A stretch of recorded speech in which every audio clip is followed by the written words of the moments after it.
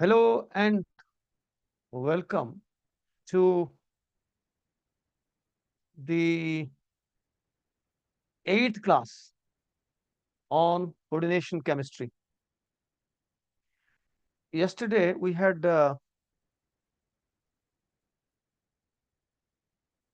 discussed the VBT valence bond theory of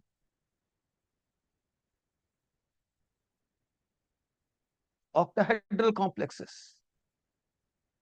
How the strong field ligands, carbon donors and nitrogen donors,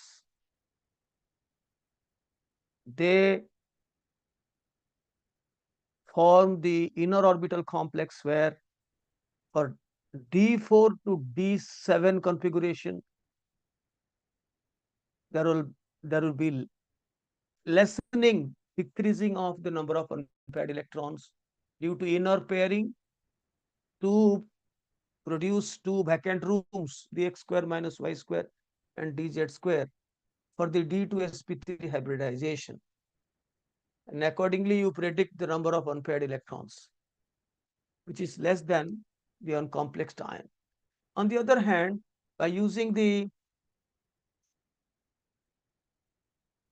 weak field ligands, which are the halogen donors like halide ions, fluorido, chlorido, bromido ligands, and also oxygen donors like oxalato, aqua.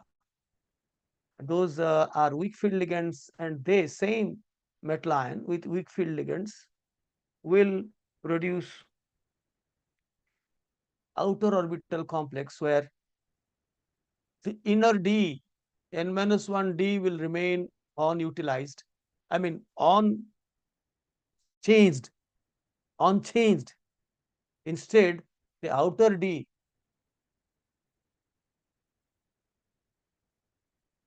orbitals will be used for sp3d2 hybridization, and we get the number of unpaired electrons remain the same.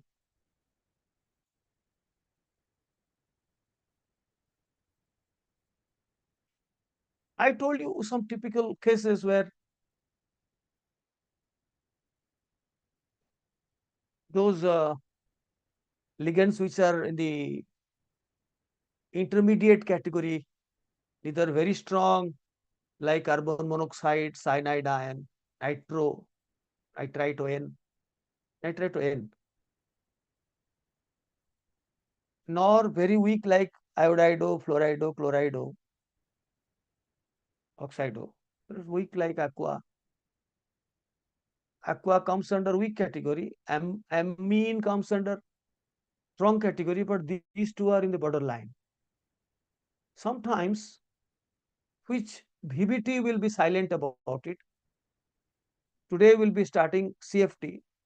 That will tell you that why the borderline ligands like aqua with some strong field metal ions like cobalt 3 plus will give inner orbital complex, while relatively strong field ligands like amine with weak field metal ions like Mn2 plus, CO2 plus. CO2 plus is a weak field ligand, a weak field metal ion, while CO3 plus is a strong field metal ion. So with cobalt 2 plus, a relatively strong field ligand like amine will produce an outer orbital complex. So those things will be more and more crystal clear to you as we plunge into the CFT in a short while from now.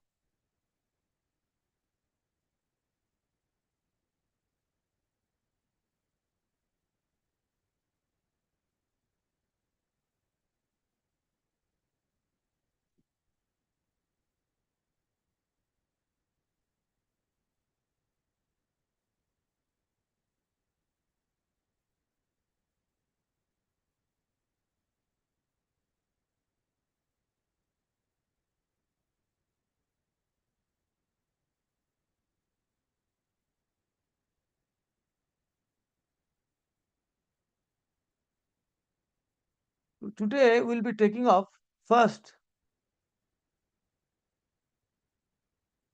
the coordination number 4. We have two geometries, unlike the case of coordination number 6, we have only one geometry, that is octahedral. But only difference in the number of unpaired electrons that could be found out by properly judging whether it will be D2sp3 or sp3d2. But here, two things are to be judged simultaneously, whether it is square planar or tetrahedral. If square planar, whether it is diamagnetic or paramagnetic. If paramagnetic, how many unpaired electrons? And if tetrahedral, then how many unpaired electrons are there? Now first let us take tetrahedral. As I have told you that I will be giving you the tricks, some rules which have been borrowed from CFT to apply in the VBT to predict to a greater extent with greater accuracy.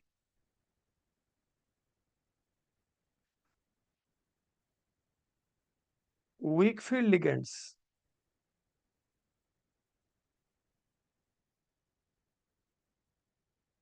with 3D metal ions usually form TD complexes. Weak field is halogen and oxygen donors. Time and again I am repeating. Weak field ligands with the 3D metal ions usually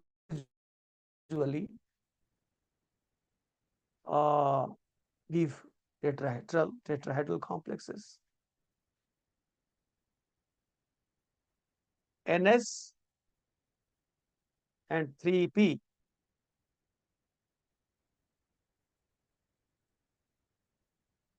orbitals mix to undergo sp3 hybridization. You know, if the geometry is tetrahedral, the hybridization is bound to be sp3.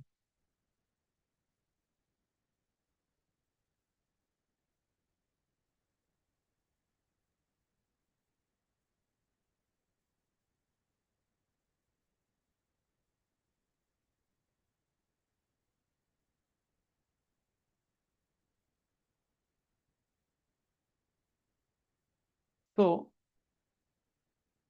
the number of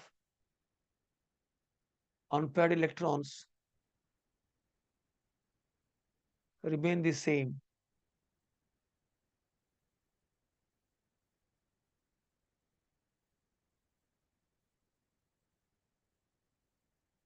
As n minus 1 d, that which carry the unpaired the electrons,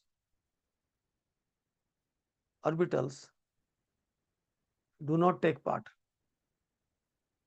in bonding. sp3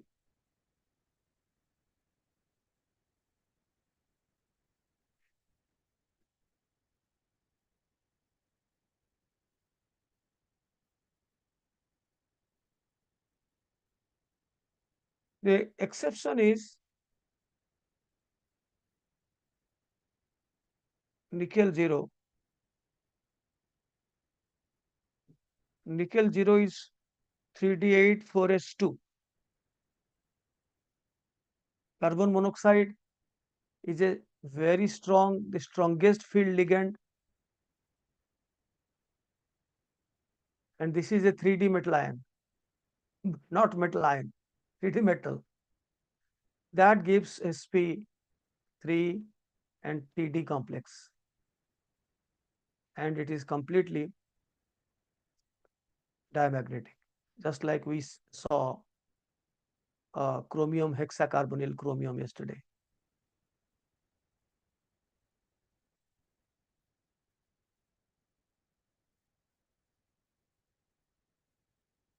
So The moment you find a 3D metal ion like cobalt Cl4,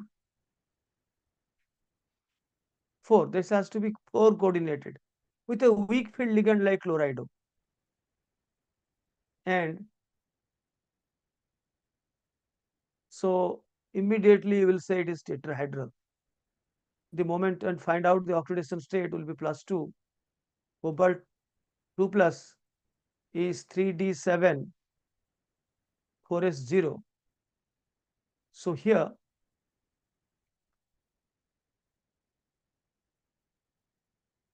oh sorry, Hond, then poly. This is 3d 4s and 4p. So 3d won't be affected. So this is cobalt 2 plus. In complex, nothing will happen. This inner D will remain intact. Oh, sorry.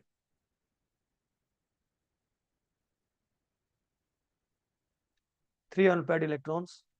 But this 4s and 4p, they will undergo sp3 hybridization, and the ligand lone pairs will be overlapping to form the dative bonds sp3, and the number of unpaired electrons remain the same. So under coordination number, before write the exception, write down they are called high spin complex, HS complex under Cn is equal to 4. Under Cn is equal to 4, welcome those who have started watching from the YouTube. We are doing today coordination number 4, valence bond theory, and we have just started the tetrahedral complexes. The first rule that you will be following, the moment you find it is a 3D metal ion, scandium to zinc, 3D metal ion, and with a weak field ligand like chlorido, bromido, iodido, aqua.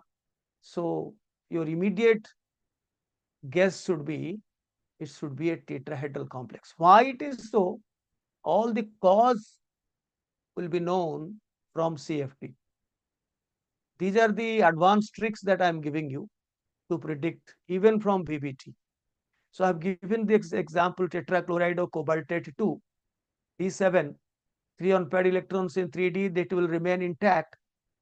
There will be sp3 hybridization without touching the inner n-1 d orbitals, d electrons. That is why in the coordination number 4, tetrahedral complexes are called high spin complexes. Just like outer orbital complexes under coordination number 6 were called the high spin complexes. In coordination number 4, the tetrahedral complexes are called high spin complexes. And another important point I left, D10 metal ion give TD complex both with strong field and weak field ligands. For example, Zn, even Cn whole 4, 2 minus. Cd, Cn whole 4, 2 minus.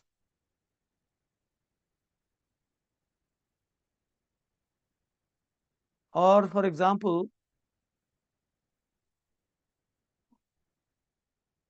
Cu, Cn whole 4, 3 minus.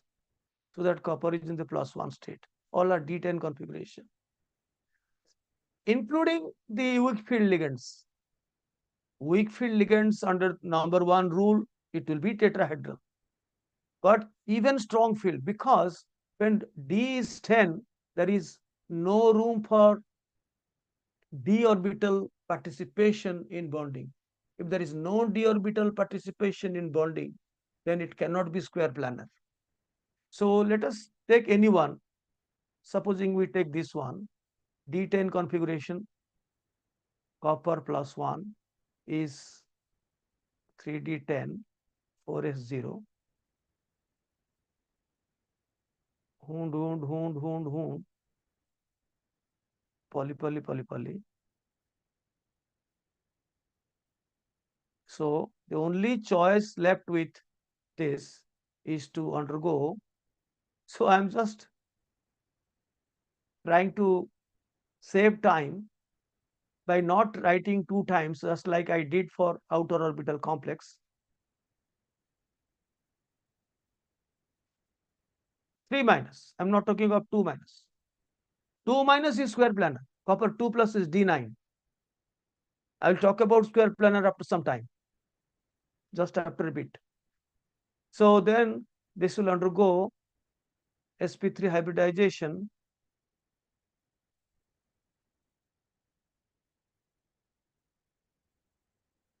So TD complex. But the exceptional case where nickel tetracarbonyl, that will be a tetrahedral complex.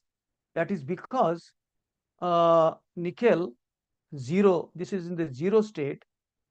This is 3D10, 3D8, 4S0. Sorry, 4S2. I'm so sorry. Nickel is 28, 4S2. So that there are two electrons in the 4s level which have not been removed because nickel is in the 0 state, and and then poly. There are two unpaired electrons, and there will be 4p.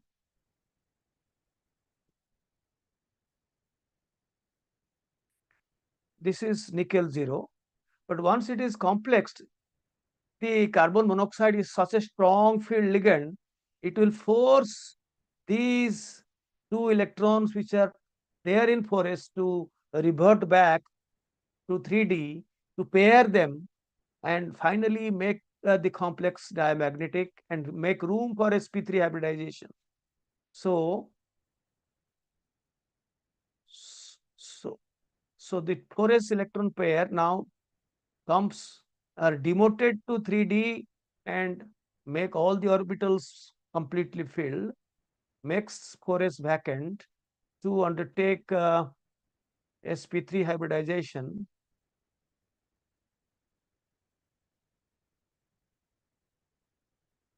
And this is completely diamagnetic.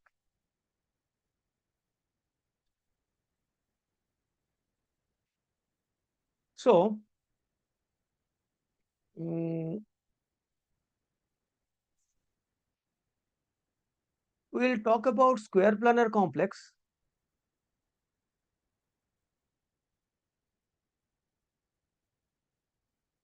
Where the important points that you have to remember, that strong field ligands, obviously the carbon and nitrogen donors,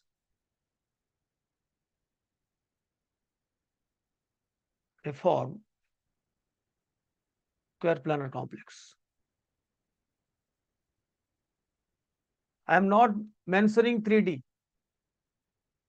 There for weak field ligands, I was mentioning 3D. Because here I will mention that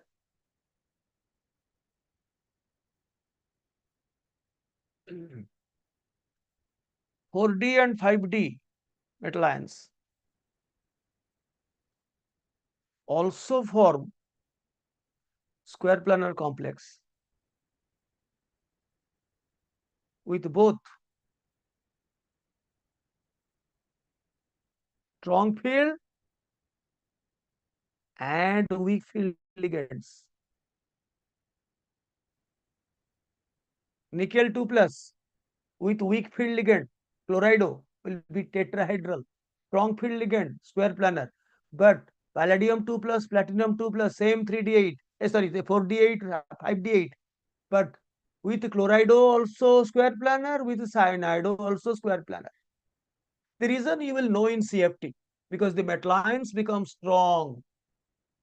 Even the student is weak, if the teacher becomes strong, then there will be a good rapport. So all these things will be known why the 4D and 5D, the 4D series and 5D series metal ions, they form square planar complex. The same thing happened for coordination number 6. They form inner orbital complex with weak field ligands. The example I gave you is platinum plus 4. We were lucky that it was having 6 electrons, could be rearranged in the D, in the inner 5D and giving 2 d orbitals free. But had it been platinum 2 plus, the 8 electrons, then only you would have found that, of course, D8 will not have any such, they will have to go for outer orbital complex. There is no choice. For D8, D9, D10, there will be no choice. They will form outer orbital complex. If it is D platinum 4 plus, there are 6 electrons. Yes, 6 electrons. But with the chlorido ligand, you might have asked, since it is a weak field ligand, why not these 6 electrons would be Hund, Pali, and there will be 4 unpaired electrons in the inner, in this case 5D platinum. Why not the sp3d2 hybridization, the outer orbital complex? Why the inner orbital complex? It is because the 4D and 5D metal ions are themselves strong. They are strong field metal ions. So they produce a huge splitting. We shall be knowing what is splitting and why square planar complexes arises. This is a consequence of the distortion in the octahedral complex, that complete Z out distortions give rise to the square planar complex. So the mother is octahedral. When the two ligands from the Z axis undergoes Z out distortion completely out, then we result a square planar complex. So that things will come into discussion in our CFT program.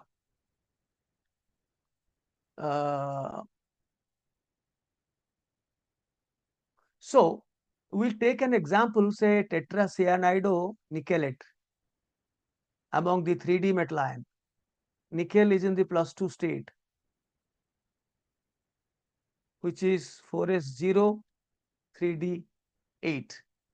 Guys, I'm not at all looking at you. I am addressing to those who are watching in the YouTube. You are just like that, because when I entered, I started the class, I asked a few of the guys who were there, have you completed the task I gave you? There were some examples to indicate whether they are uh, inner orbital complex and which are outer orbital complex, and how many number of unpaired electrons are there in each. You have to draw the VBT diagram.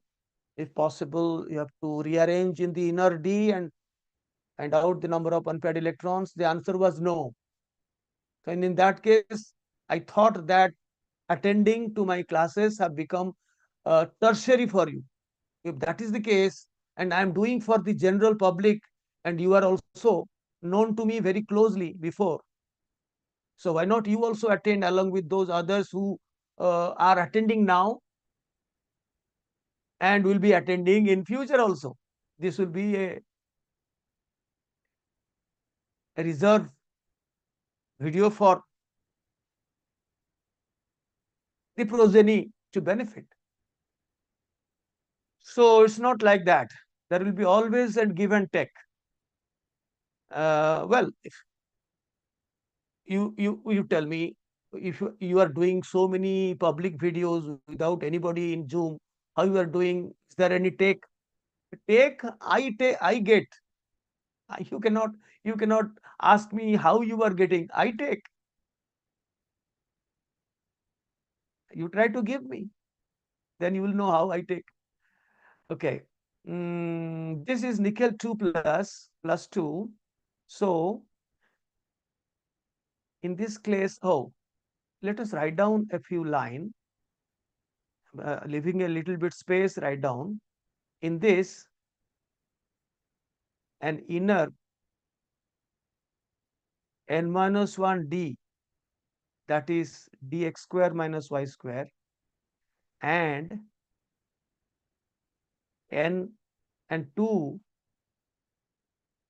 np, that is px and py, undergo uh, inner d and ns, 1 ns and 2, 1 inner n minus 1 d vacant, that dx square minus y square, that one d orbital has to be made vacant, just like the inner orbital complex in octahedral geometry. We were needing 2 d orbitals, here we need 1 d orbital. Inner orbital and S the 1 ns was vacant, np and 2 np, px and py, to undergo dsp2 hybridization. So the square planar complex is a result of a typical hybridization dsp2. That is why dx square minus y square, because the lobes are lying along the x and y axis, so also px and py. So the mixing will be most efficient. So come back to pavilion.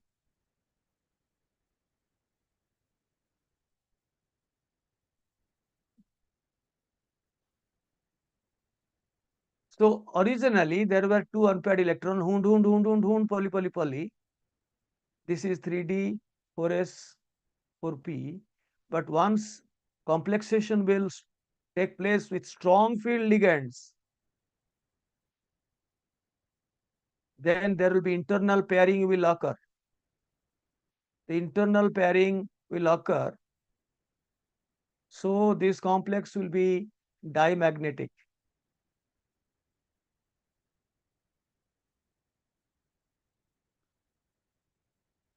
And this, I'm so sorry.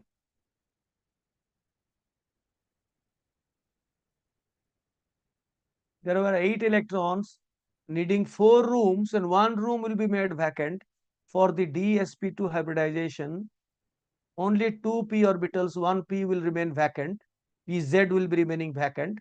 So it will be dsp2 hybridization will occur to result the square planar geometry. And it is diamagnetic. Had it been tetrachloridonickelate, Cl4, then such a thing would not have happened. The two unpaired electrons would have remained intact. Instead, sp3 hybridization would have taken place to result tetrahedral geometry with two unpaired electrons paramagnetic. But because strong field ligand, they will produce.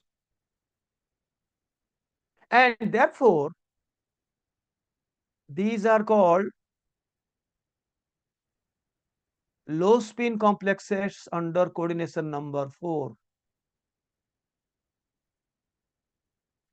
The tetrahedral complexes are called high spin complexes, and square planar complexes are called low spin complexes under coordination number 4. Same thing will happen with supposing palladium, platinum. This is plus 2 plus 2. These are the elder brothers of nickel. This is 4d8, this is 5d8. And these are weak field ligands, but they are all square planar, including PDCN whole 2, whole 4, 2 minus. So strong field ligands will definitely make it square planar. Understood? But weak field ligands like chlorido, like aqua, like bromido, iodido, they will also make square planar complexes with hero marca metal ions belonging to 4D and 5D series, not with 3D series. So we can just do the same thing instead of repeating. Instead of writing 3D, we write palladium के लिए हम 4D लिखेंगे, 5s 5p. For platinum, we write 5D 6s 6p. But there is no need. I have already told you these are square planar complexes because the teacher is strong. Students agar weak ho, तो अगर metal ion is strong, then also the splitting will be very large. You cannot understand what is splitting, and therefore there will be octahedral with severe distortion, giving ultimately square planar symmetry. And in the same manner, you can predict, say, mm, one exceptional case you find is CuCl4 2 minus. This is D9 configuration. Cu is in the +2 state. This is 3D9, particularly 3D9 and weak field ligand. This case, as per the rule, you would have definitely said it would have been a tetrahedral complex, but actually it is square planar. Later on, you will know that 3D9 configuration like copper 2 plus shows severe distortion. That is called Jahn-Teller distortion, ZTD, for which there will be distortion of the tetrahedral. Usually you conceive with tetrahedral, but the distortion has made the tetrahedral flattened so that it becomes square planar. The flattening of the tetrahedron occurs, ultimately results square planar because of 3D9 distortion. ZTD will be discussing about it in our crystal field theory. ZT means Jahn-Teller distortion. Some people call it distorted tetrahedral. Still, some people call tetrahedral. So I caution you, supposing you get a question, what will be the geometry of CuCl for 2 minus? Ordinary guys will tell you it is tetrahedral because weak field ligand. But they will forget to apply the advanced concept of D9, which is suffering from a disease called ZT distortion. Then either it should be square planar, it is correct, or at the worst it will be distorted tetrahedral. It's not be a clear-cut tetrahedral, right? So let me see. I will give you something which you will not do at home, I'm sure. So whatever we shall do, let us do it here. But yeah, one thing I forgot, most important thing, is CuCN pole 4. Where say same 3D9, but strong field ligand. I was talking about the weak field ligand as an exception. Strong field ligand will give you square planar, no doubt about it. It is not D10. So, in fact, the geometry has been verified by experiment. By spectroscopic methods, the geometry has been verified. So, the 3D9 copper 2 plus is 3D9 4S0.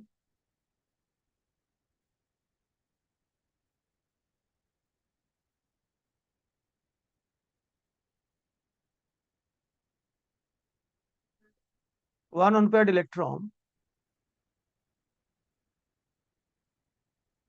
This is 4s, 4p, 3d. When complexation will occur with strong field ligand, sorry, coordination number 4. This electron will jump to the vacant pz orbital.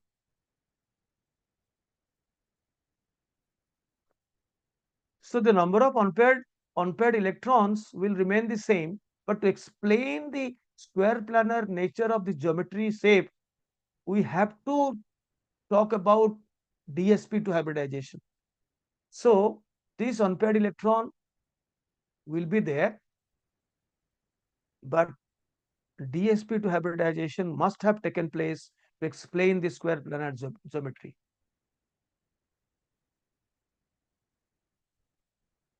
This is paramagnetic as expected. Unpaired electron 1 same, but square planar geometry. And then Huggins' latest theory has come, which was developed by Huggins, that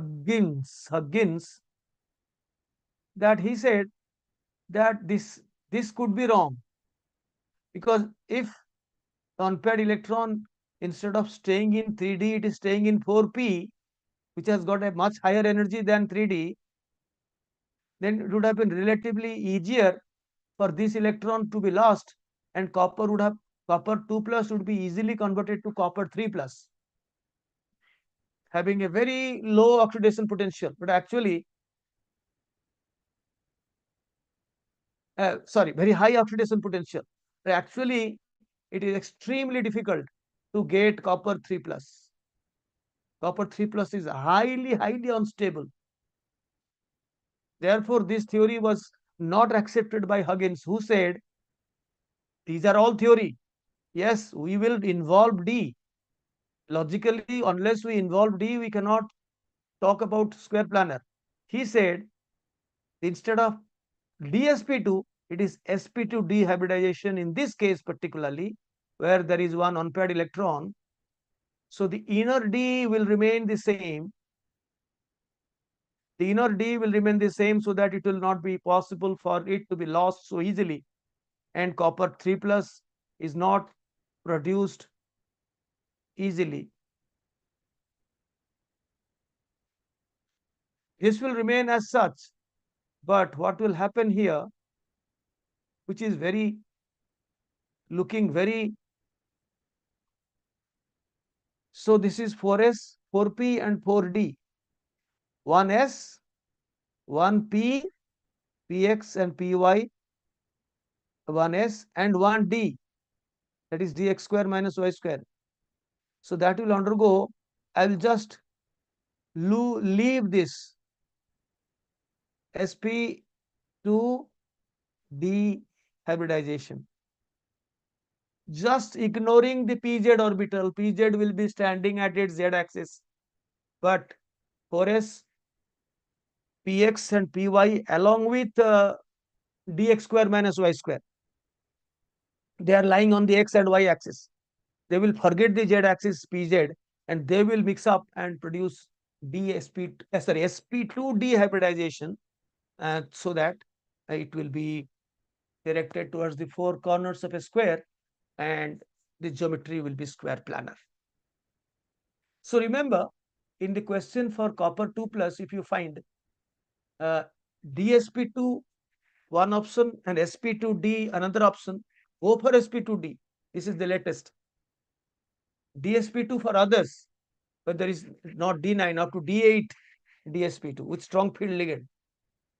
The only exception I have told you about the copper 2 plus with weak field ligands, that instead of being tetrahedral will become square planar or distorted tetrahedral due to Jahn-Taylor distortion, which we'll be discussing in CFT. So let me see if I have left something. Huggins, I have already told you, one pz will remain intact. Platinum, palladium, all these deep 4d and 5d, hero marker, metal ions, they will form sp, always sp complex, irrespective of the nature of ligands. So you just write down immediately with me without any delay, PdCl4 2 minus. You have to tell me first whether it is Td or sp. Then predict the number of unpaired electrons. Maybe at home you will predict once it is Td, you just write down the 3D configuration, the number of unpaired electrons will be the same, no change because sp3. If it is sp, then you have to go for, if it is between d4 to d7, uh, even up to d9. D9, there is no decrease in the number of unpaired electrons. It is remaining there as per the Huggins theory. But up to D8, there is a decrease in the number of unpaired electrons. Nickel 2 plus, we had seen in that due to internal pairing, there is no unpaired electron left. It is diamagnetic. Tell me PdCl4 minus is sp or Td? Anyone? Guys, sir, again repeat this line. Chandan, creation, which line? Which line? I will repeat multiple times, but you tell me which line. A square planar. Precisely, I told you palladium belongs to the 4D series. Nickel, palladium, platinum. The moment you find a 4D, 5D, then immediately, if it is coordination number 4, close your eyes and write sp, irrespective of the nature of the ligand. And once it is sp, it is a D8 configuration. Then Hond, poly. It was there, but there will be internal pairing. Just like nickel 2 plus with strong field ligand. Same thing will happen here. And you draw it, which you won't do. It doesn't bother me from now onwards. So it will be diamagnetic. Let me write down, it is dia.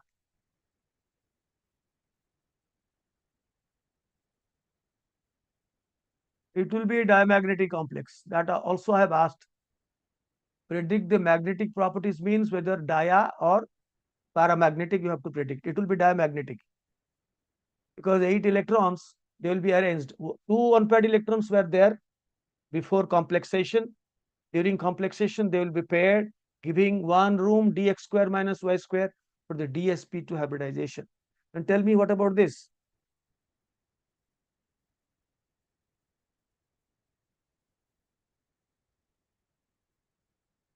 The tetrahedral. This is Tetrahedral. tetrahedral because this is weak field ligand and this is a 3D metal ion, not copper 2 plus. Copper 2 plus is an exception, but other 3D metal ions with weak field ligands keeps tetrahedral. So D7, poly. So there will be 3 unpaired electrons that will remain intact because sp3 hybridization will take place elsewhere without affecting the inner 3D. So 3 unpaired electron. I am writing down everything. Dia means there will be no unpaired electron. 3 unpaired electron, obviously it will be paramagnetic. What about tetramine zinc 2?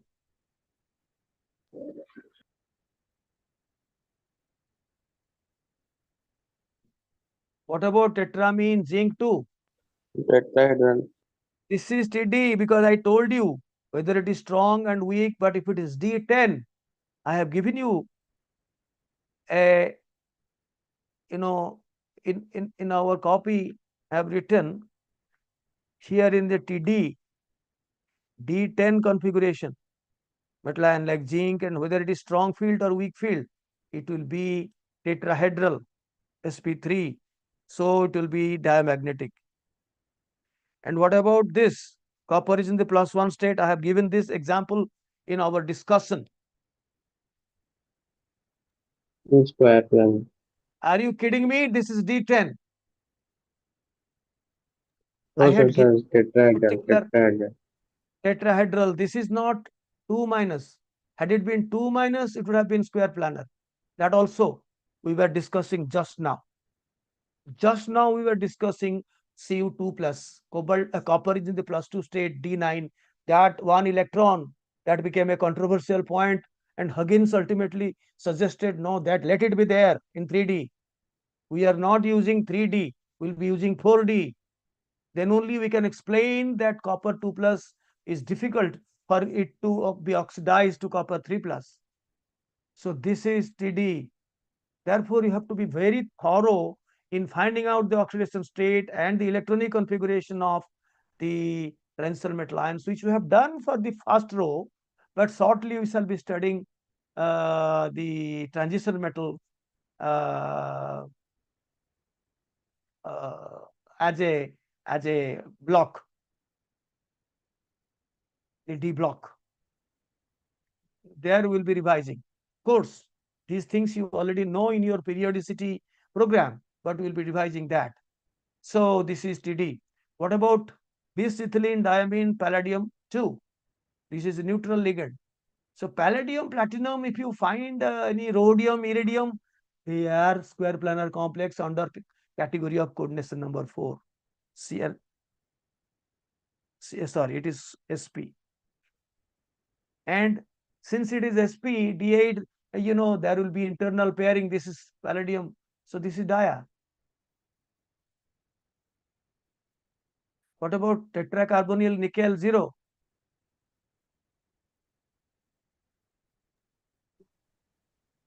The tetrahedral. Tetrahedral. This is an exceptional case where nickel is in the 0 state. There will be the reorganization of 4s electron demoted back to 3D to make it complete D10 and giving room for sp3 hybridization. So this is an exceptional case where TD, tetrahedral geometry is found and the complex is totally diamagnetic. What about DMZ? DMZ is dimethyl glycosimato. If you remember, the two donor atoms are nitrogen. One nitrogen is a neutral head with a lone pair. The other one is a negative head. So both are nitrogen. And remember, nitrogen bidentate ligands are strong, like ethylene diamine, dimethyl glycosimato. They are strong.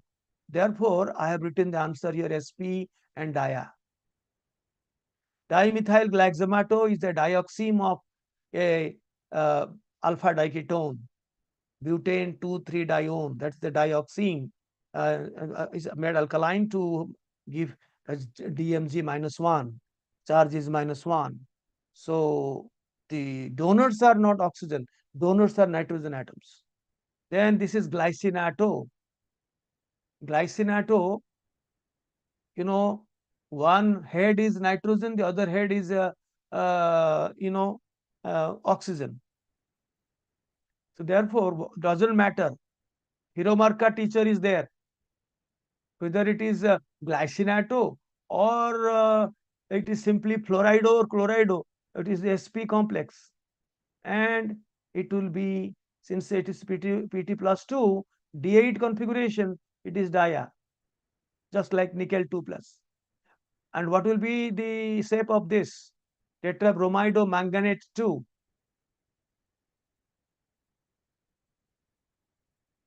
If you are writing, Tetrahedral. definitely this is 3D metal ion with weak field ligand will be tetrahedral. And what will be this? Tetrachloride of ferret. This will be ferret 3 because single minus.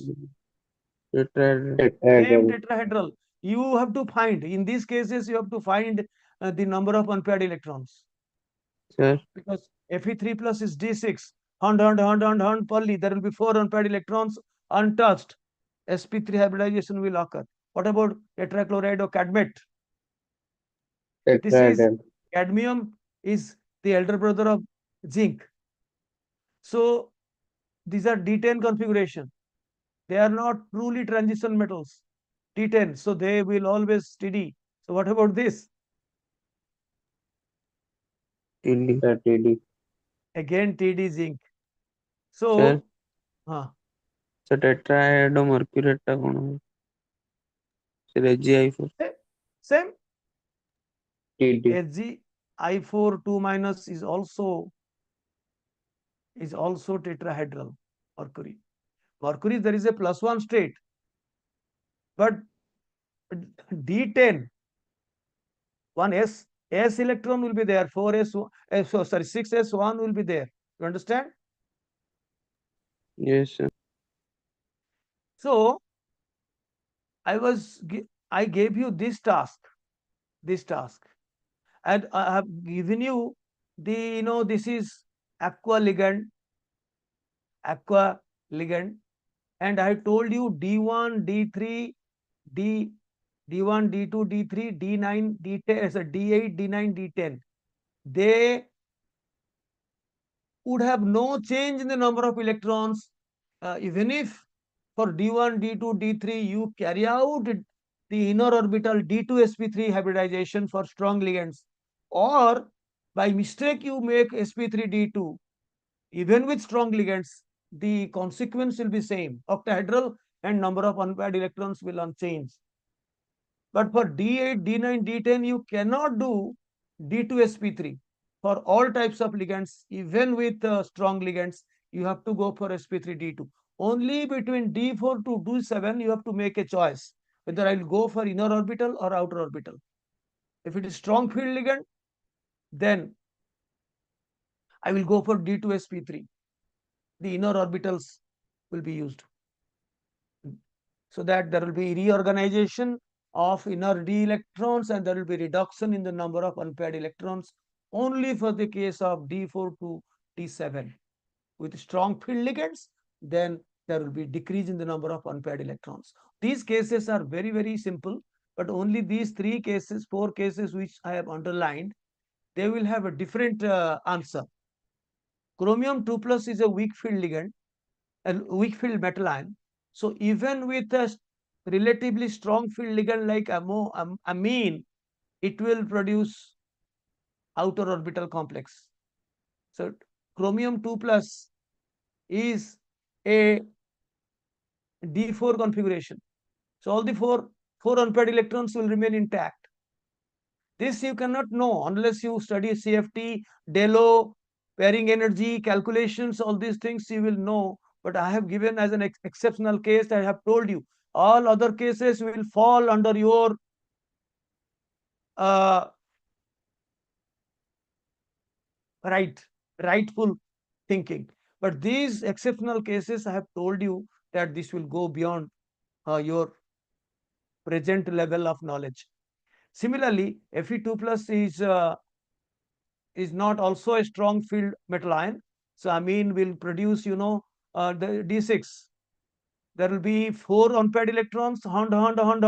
This will be 6 unpaired electron, hand, poly. Same 4 unpaired electrons. And this is manganese 2 plus is the weakest field metal ion. And even, all these three, they will form, uh, you know, uh, outer orbital complex. The number of unpaired electrons in the 3D will remain the same. Manganese 2 plus is a D5 configuration. 5 unpaired electrons will be there even in the complex. Cobalt 2 plus is a weak field metal ion that also will produce outer orbital complex, hand, poly. So there will be 3 unpaired electrons. No uh, inner pairing. Cobalt, had it been say cobalt 3 plus, then it would have been a cobalt 3 plus, it would have been a inner orbital complex with diamagnetic. All the 6 electrons would have been paired. Even had it been a palladium hexacoordinated, so or rhodium, same D7, 2 plus, but it is a strong field ligand. Then in our pairing, there is only 1 unpaired electron left out of 7. 6 are paired and 1 unpaired electron left. Still 2 rooms are available for D2sp3. So accepting this, all will fall in a line, and I have told you to do this. Ferrous here is a weak field ligand, and aqua, 5 ligands are weak field. Nitrosonium is the only strong field ligand, but as a whole, this will produce outer orbital complex. And iron is in the +2 state, because NO is in the +1 state. nitrosonium or nitrocilium. So this is in the +3 state. No, +1 state.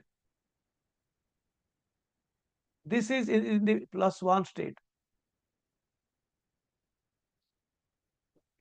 So that +1 +1 +2, and that becomes +2. So iron 4s1 3d6. So we need this electron will have to come back and pair one poly, and it will pair one, so that the number of unpaired electrons were 4 in the 3D, it will be now 3. So I have written here 3, because the 4s1 will come back and give room. At least the 4s will be there for hybridization, whether it is D2sp3 or sp3d2. In this case, it will be sp3d2. The s electron has to come. It is in the +1 state. So the magnetic properties have been established by measurement. Therefore, earlier it was thought that NO is a neutral nitrosyl ligand, but later on it was found that it is this is the test for, the brown ring test. The brown ring test in the salt analysis for the nitrate, that brown ring test, the final ring is due to this. Earlier it was thought iron is in the +2 state.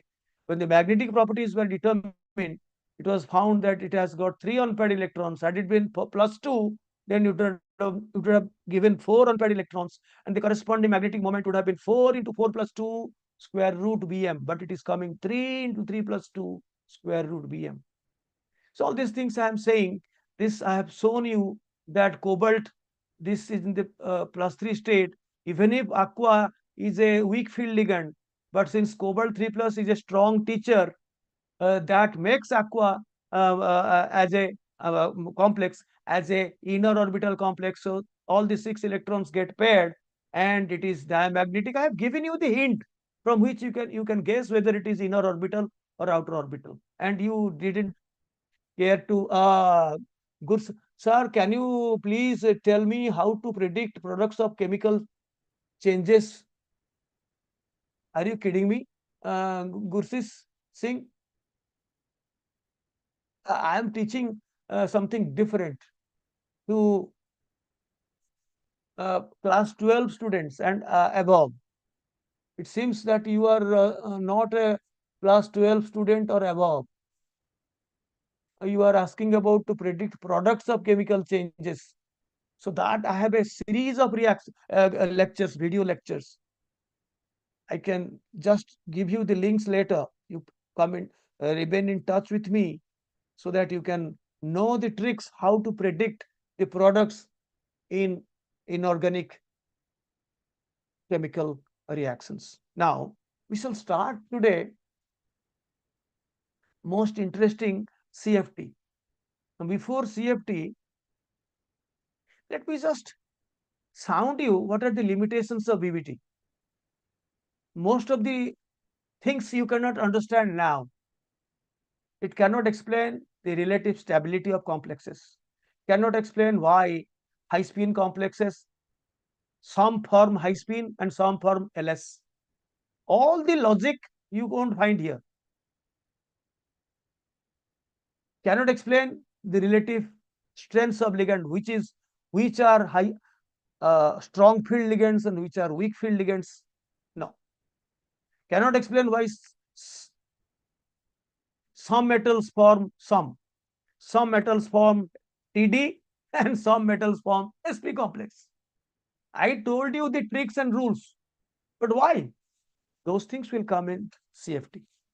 Cannot explain why copper 2+ forms the severe distortion that I was telling. Jan Teller distortion. VBT cannot tell why some of the octahedral complexes of copper 2+ are severely distorted octahedral, and so-called tetrahedral complexes are so severely distorted that they are almost like square planar. The example I gave you, tetrachloride or cuprate. Cannot explain relative rates of reaction. Many physical properties cannot be explained. Cannot explain the color, the most important why this complex is yellow, why that complex is green. All this can be explained beautifully by CFT. Cannot explain the magnetic properties in finer details. For example, cobalt 2 plus in the outer orbital category in hexacoordinated compound will have the same D7 configuration containing 3 unpaired electrons, and in the tetrahedral category same D7 configuration containing 3 unpaired electrons, but their magnetic moments were found to be different. Why? The VBT cannot explain. Temperature dependence on paramagnetism cannot be explained. So there were many flaws which could be overcome, some of them by CFT and most of them by the latest LFT, ligand field theory, or also called molecular orbital theory. Right? So although LFT has not been included in NCERT course, but you will find how why chlorido, bromido, iodido, these ligands are so weak. No explanation. Why iodido among them is the weakest? We shall study today in the spectrochemical series. The series starts with iodido. Of course, oxido, then iodido. Why?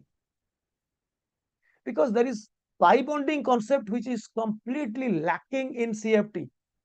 CFT ame jota padhiba, we are going to study and start. That is based on some assumptions. You may laugh at it. Despite your laughter, this theory has been accepted for the reason that it is able to explain many properties very accurately, color properties, magnetic properties, and many other properties. Uh, stability of complexes, crystal field stabilization energy related to the stability constant. All these many things have been clearly explained by CFT, although it does not really talk about bonding. In the name of metal ligand bonding, we are studying which is something related to repulsion. It's a negative bonding. Now let me read out and start this. Of course, we can't. This is already 6:3. We just are beginning the CFT, which is another very versatile theory, much more powerful. So before that, you must have to be very thorough about VBT. How you distinguish between inner orbital and outer orbital among coordination number 6, and tetrahedral versus square planar among coordination number 4. That is very important.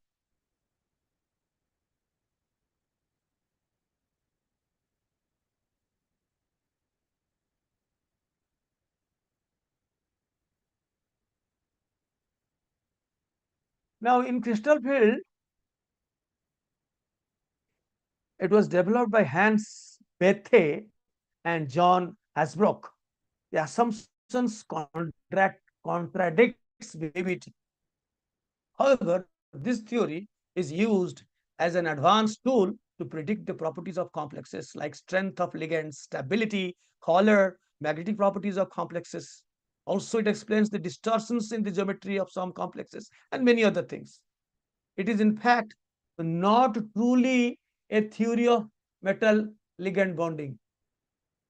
The net attractive forces resulting bonding is ignored in this theory. Bonding results in net attractive force, lowering down of energy. Here we study about increase in the energy, repulsion. It takes only the repulsive interaction of ligands, uh, plural, ligands electric field, because ligands are approaching an octahedral direction along the two sides of each axis, x positive, negative, z axis positive, negative, y axis. Then that will give you the octahedral field. And how the electric field produced by the approaching ligands will influence or will repel the unsymmetrical d orbitals. The 5 orbitals, they are not forming a spherical symmetry, because 3d orbitals, the lobes lie in between the axis, and 2d orbitals, namely dx square minus y square and dz square, their lobes lie along the axis. So they behave differently to the approaching ligands, to the electric field of the approaching ligands in the octahedral direction. I'm talking of octahedral complexes. So the two orbitals whose lobes are directly lying along the axis, they are repelled to a greater extent compared to the other three dxy, dyz, dzx, whose lobes are lying in between the axis. They are little farther away from the approaching ligands. So due to unequal repulsion between the two sets of d orbitals, there will be a splitting of d orbital into two sets.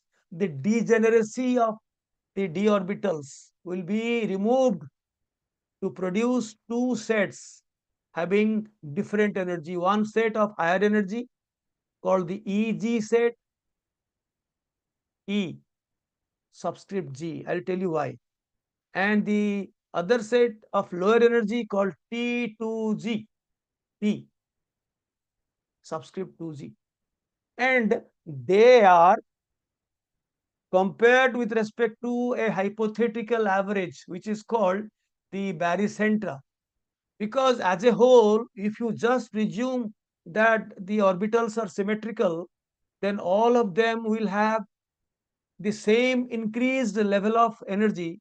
So with respect to the uncomplexed metal ion, the degenerate d orbitals, supposing the energy level would have been risen to this level, had the orbitals been totally symmetrical with respect to their shapes and orientations with respect to the approaching ligands, then it would have been this.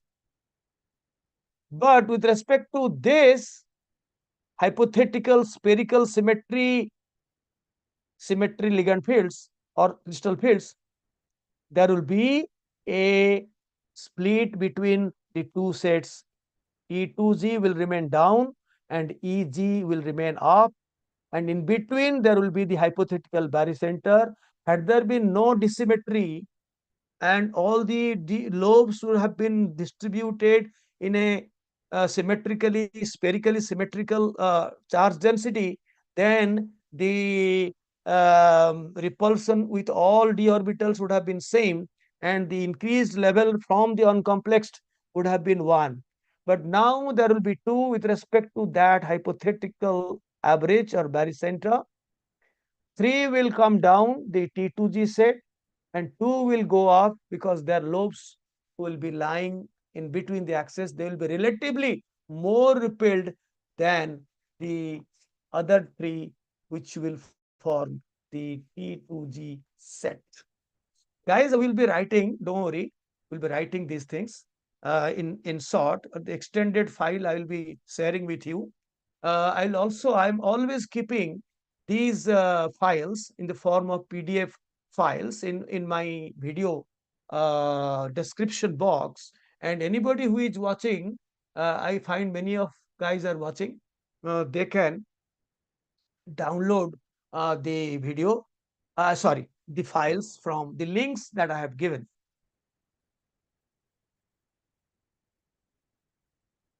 So we will not enter into the details of octahedral or tetrahedral or square planar, but introduction. Then we will finish our today's program.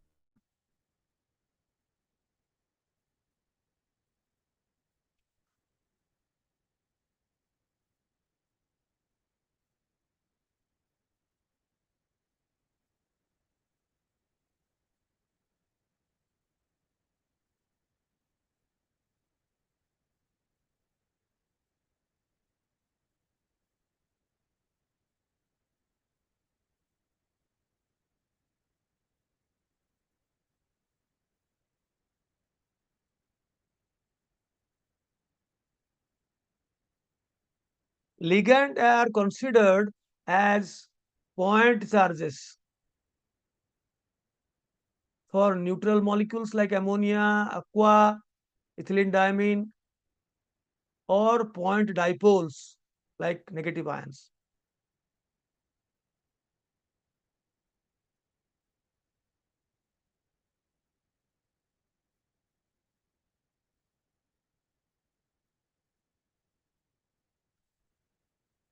The electric field,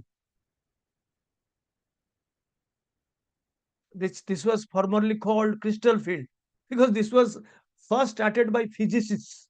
Actually, CFT, Bethe was a physicist. He was trying to work on crystals, cadmium sulfide crystals, some other crystals. So this was extended to complexes, including molecular complexes involving ligands, covalent bonds. And they found the matching or the extension of CFT from purely ionic crystal to coordinate covalent coordination compounds was perfectly all right, accepting that you don't consider the real bonding. You don't, you ignore the real attraction. You talk about only repulsion. The electric field, or called the crystal field, produced by the approaching ligands,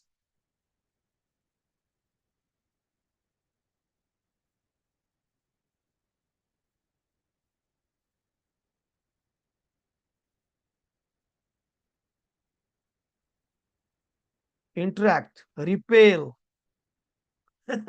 repel the inner d orbitals which are carrying the electrons. That is why repulsion. They are not empty.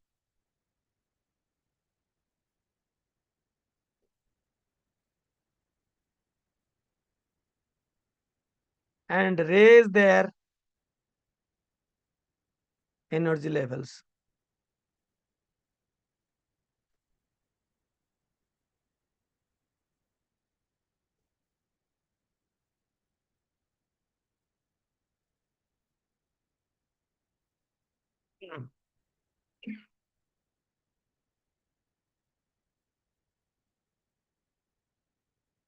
The degeneracy of the 5d orbitals, 5, 5d, there can be a confusion. 5d orbitals is removed, and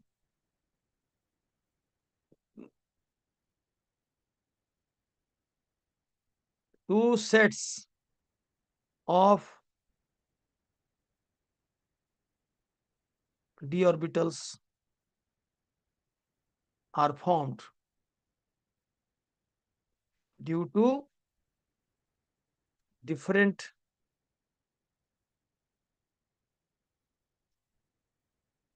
interaction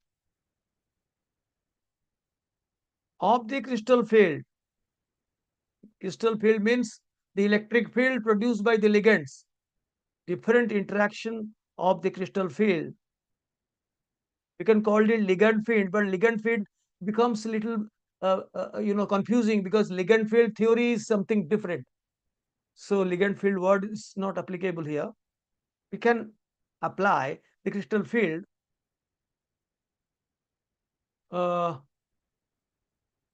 with the different d orbitals because their orientations are not same with respect to the crystal field. So straightway we take up the octahedral complex to understand.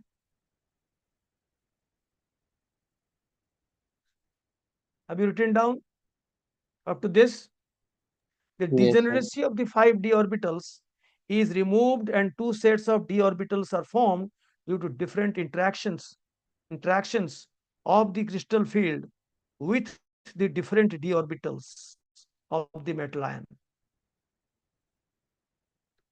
Now, one more thing we can write down before going into a particular thing, that only a rearrangement of the inner n-1 d electrons in these two sets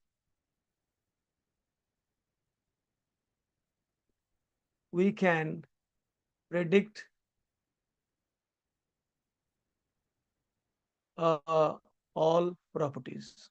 I am not spending time in writing magnetic property, color, and all that host of properties we can predict. So, the most importantly, the ligand electrons are not involved. The ligand electrons are not involved at all. They are simply treated as point charges. They are to produce the electric field to, to un, you know, exert repulsion. But in reality, the net result, there is repulsion, no doubt. But since the ion is positively charged, ligands are negatively charged, there is a net attractive force which is greater than the repulsive force, which is responsible for the bonding between the metal ion and the ligands. The net interactive force is attraction, but we are ignoring attraction. We are only taking the repulsion, and how the d orbitals of the existing metal ion splits into two sets T2g and EG. You will be doing that, and only rearrangement of electrons in the two sets according to certain rules will explain everything. We are not at all involving the uh, some books write the nature of bonding is purely electrostatic. I really am scared to write nature of bonding. So this is not a bonding theory, although we are studying in the head theories of metal ligand bonding. This is not a bonding. This is a theory to explain the properties of complexes. Repulsion is not bonding, it is negative bonding. So it is purely, some people write this completely electrostatic in nature. Bonding is electrostatic in nature. I wrote the electrostatic field. The electric field means electrostatic field created by the ligands. They repel differently to these degenerate d orbitals, which split into two parts, two sets, E2g and EG. Only rearrangement of the inner n-1 d electrons in these two sets, we can only by rearrangement can predict all properties. Electrons of ligands are not involved. I'm just highlighting.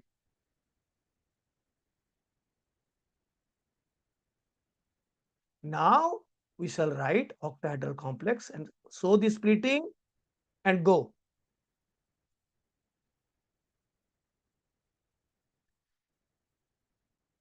Since dx square minus y square and dz square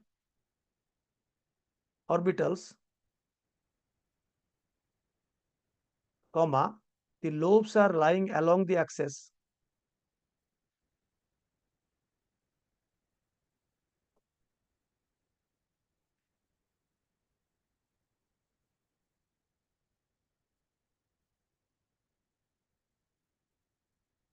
that is in the direction of the approaching ligands in the OH field. In the OH octahedral field, while dyz, dzx, dxy orbitals, the lobes lie in between the axis. In between the axis, I will draw the diagram. I'm writing very fast. So Please bear with my handwriting. I can vouch that my handwriting is not as dirty or maybe illegible as you see.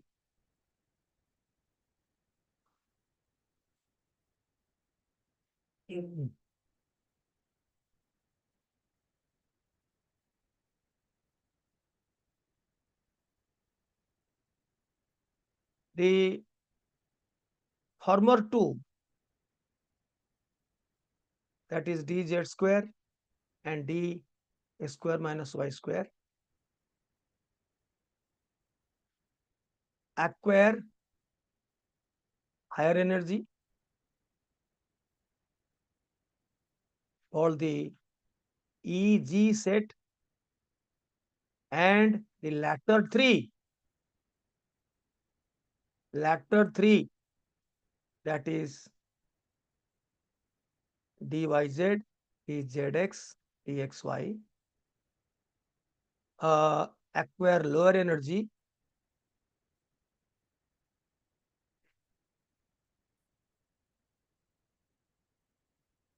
called T2G set. With respect to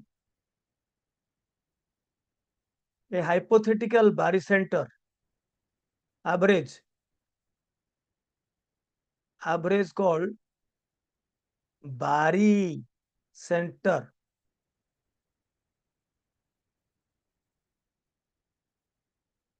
let me now draw written over Gursi Singh, Gurasi Singh. I was, if you are really a Sikh, as your name seems, Gurasis, I had an opportunity to visit a Gurudwara last week in US, in San Diego, where I am presently living. And I spent about 2 hours, 1.5 hours in the bhajan, in the music program, devotional music program that was happening. It was so scintillating, so, deeply uh, concentrating with bhakti and emotions. And most importantly, at the end, we had a free, what we call, uh, mm, what we call free meals, Langar. langar. Langar is so very, the food is so good and so hygienic and so much that it is only you one who participates it can understand. The two guys who are singing, they were so devotionally rich, and musically they are so rich. It thrilled me simply. Now, towards the end, I will draw the axes. These are the three axes which will produce the octahedral field. The metal ion is sitting here. One ligand is, I'm writing L minus as ligand. This is positive Z axis. The other ligand is coming from the negative Z axis. The other ligand is coming in the positive X axis. The other ligand is coming the negative X axis. And another ligand is coming from the positive Y axis. For example, we take this as positive Y axis. Another ligand is coming in the negative Y axis. So if you join them, it will become a square in the XY plane, and below there is one in the Z axis, above there is one in the other Z axis. So it will be an octahedron. And most importantly, the two d orbitals, dx square minus y square and dz square, their lobes are lying along the axis. Dz square, most of the lobes, two lobes are lying along z axis, and the other small little torus ring, it is lying along the xy plane. and dx square minus y square, the four lobes are lying along the axis.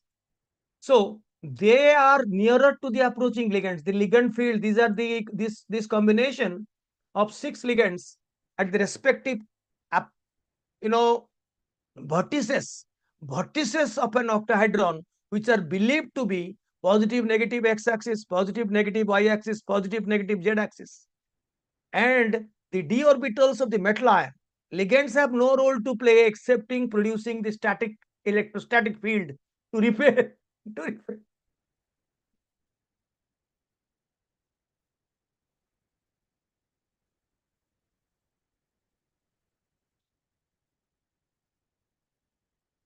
So what happens here?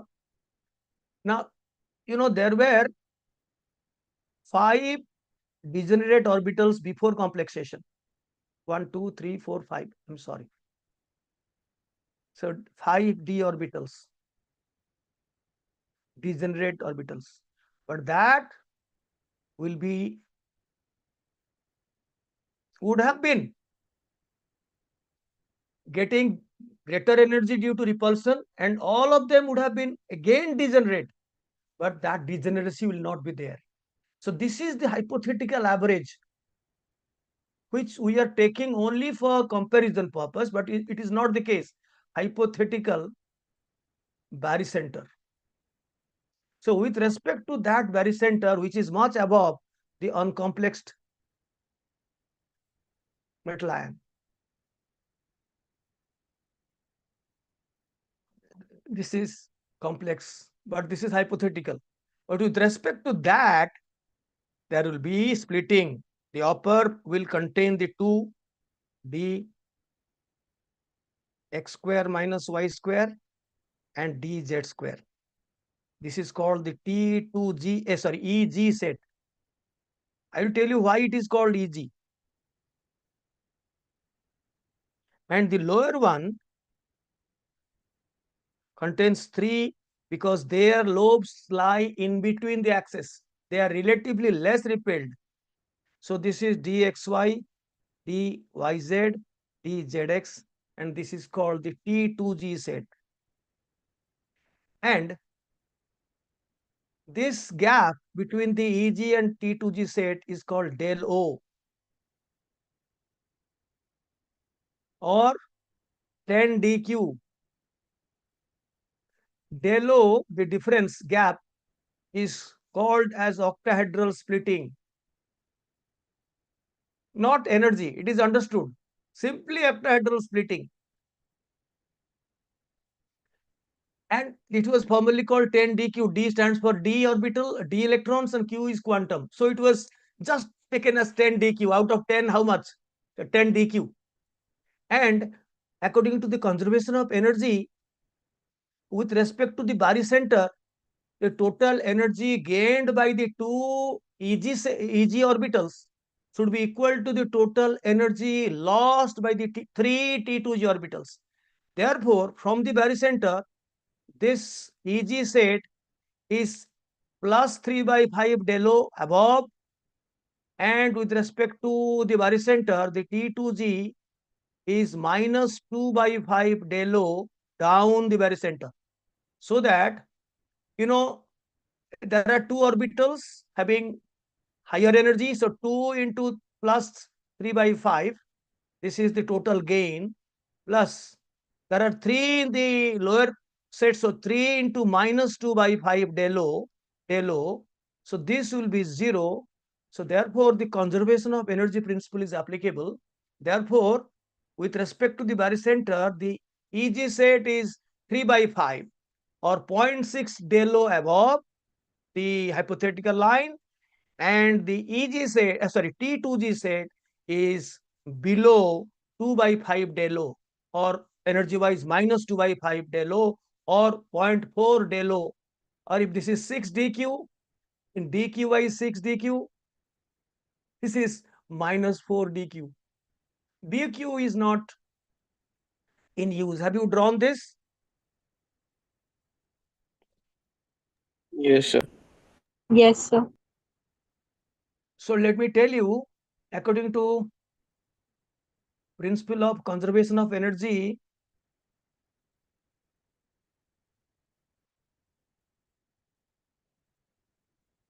total energy gained by 2 EG set d orbitals should be equal to total energy lost by 3 T2G set d orbitals. And then it is understood that is why the EG set is above the barycenter by 3 by 5 del O, and it is not required to write down, it is understood. Only thing that was needed is this. And let me tell you why the name E. E stands for doubly degenerate. EG, the EG, the E stands for doubly degenerate, doubly E.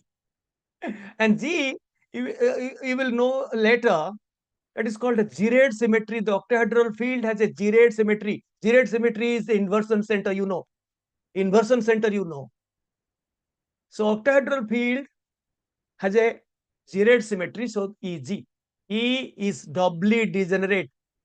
And this is T stands for triply degenerate, and Y2, because under distortion, this will be also split into two parts.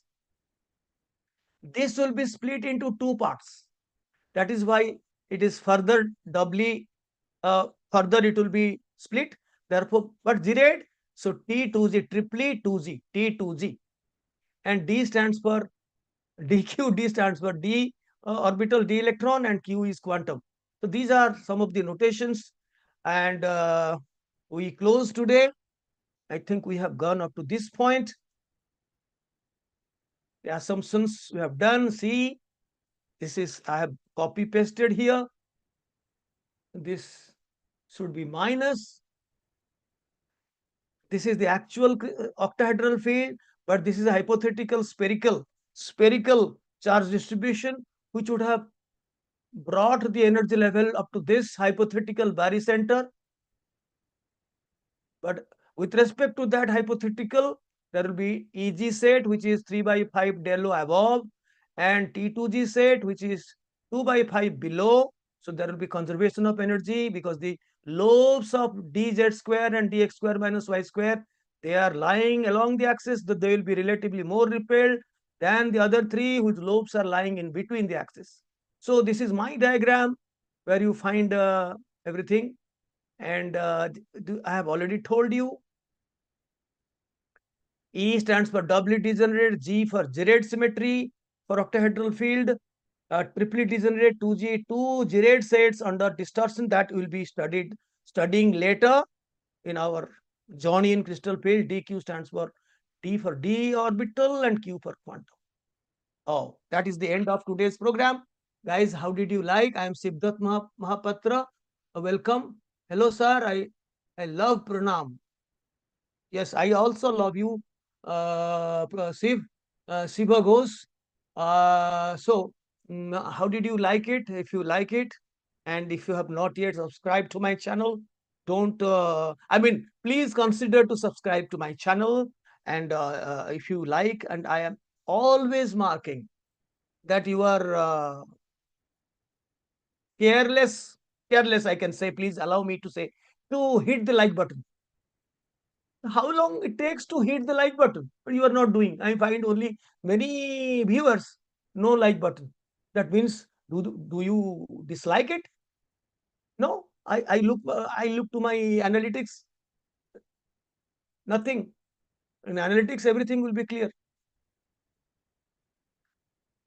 So guys, thank you for watching, and see you tomorrow again for continuation of the CFT. Bye. And there will be many more classes, 4 to 5 classes at least. At least. Bye-bye. Thank you, Bye, sir. Siddharth. Thank you, sir. Bye, Shiva Ghosh. Bye-bye.